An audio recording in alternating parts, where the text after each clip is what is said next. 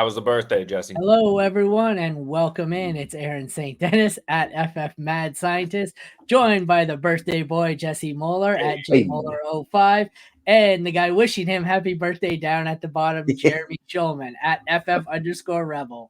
Welcome to the fantasy football universe.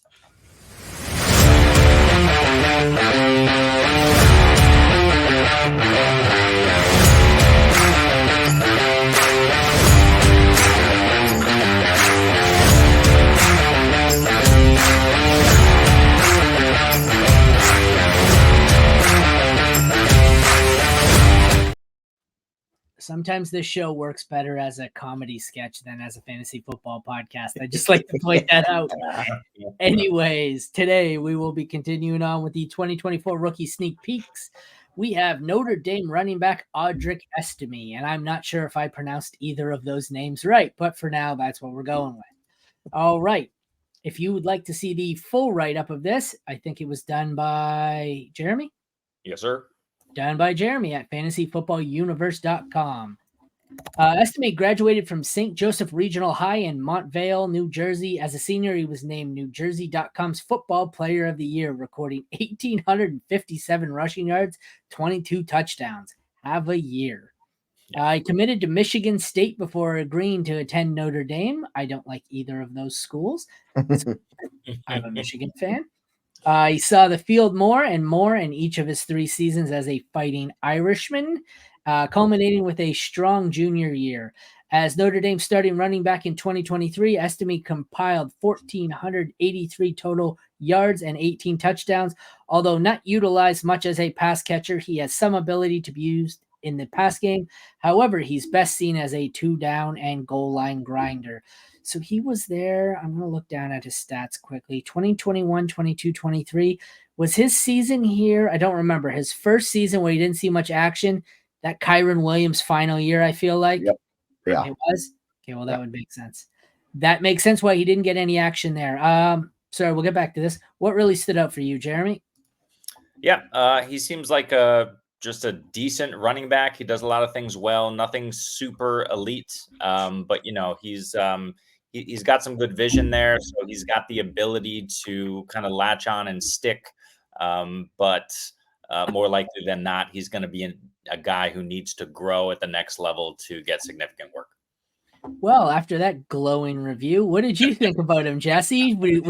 Are you as high on him as to say he's the decent running back, or like how do you think? Yeah, he's going to be an NFL running back. Like, there's no doubt about it. He offers something that few running backs in this class offer, and that's size. And he's actually decent with his size.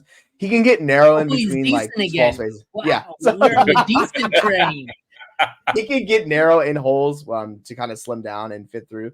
So his vision works well for him, and he uses his size to advantage where he's going to be an ideal grinder running back at the next level. So, like, we'll talk about these landing spots later, but like Philly and Baltimore come to mind ideally. Like, that's the perfect dream scenario for him.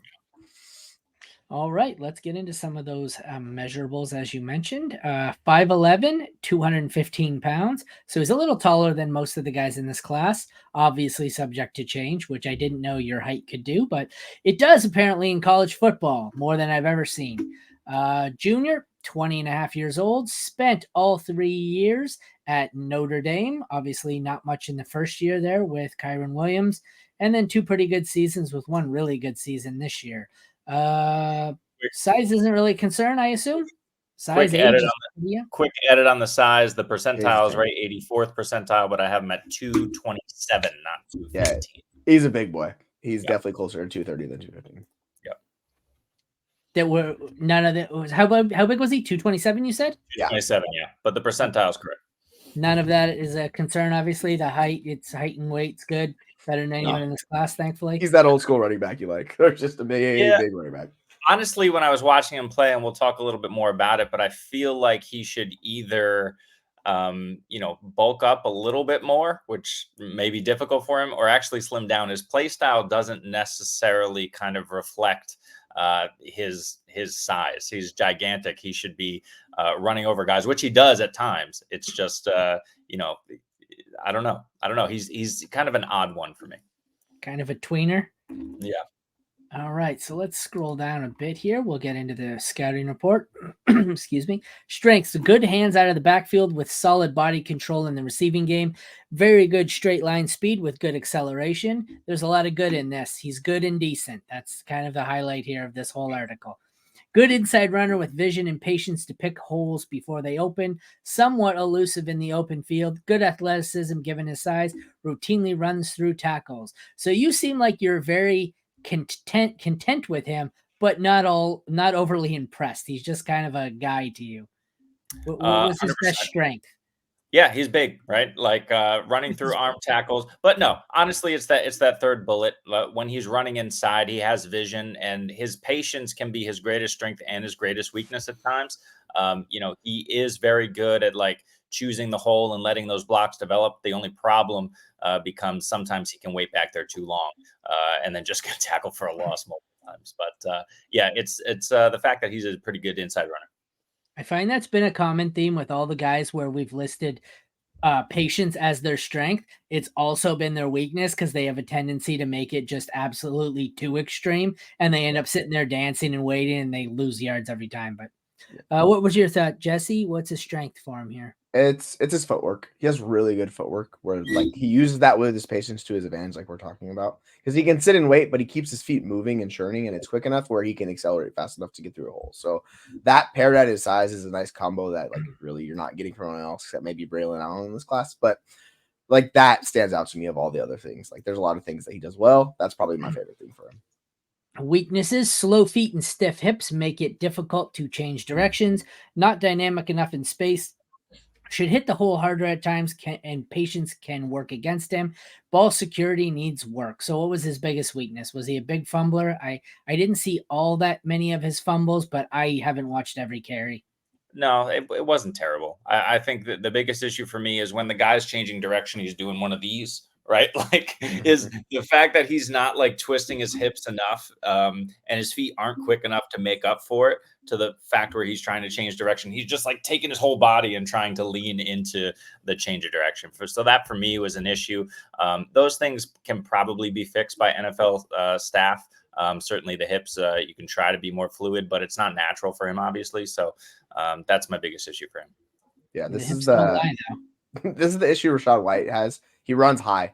Like they get too high up and they don't get down. And this is also STM. Like he gets up sometimes, and because of that, he's an easy target. Whereas if he uses his size and gets down a little bit, he could drive more on people. So he needs to work on that. The NFL coaches have to improve that for him. Worked out okay for Rachaad White, though. Yeah. All right. Yeah, he's quite though a million times better pass catcher than STM. Well, this is true. That's true. So you have him as late 4th, early 5th to the Cowboys. I'm going to look up where I have him. I have him in the late 4th as well. I think I have it just late 4th. I think he goes pretty consistently there.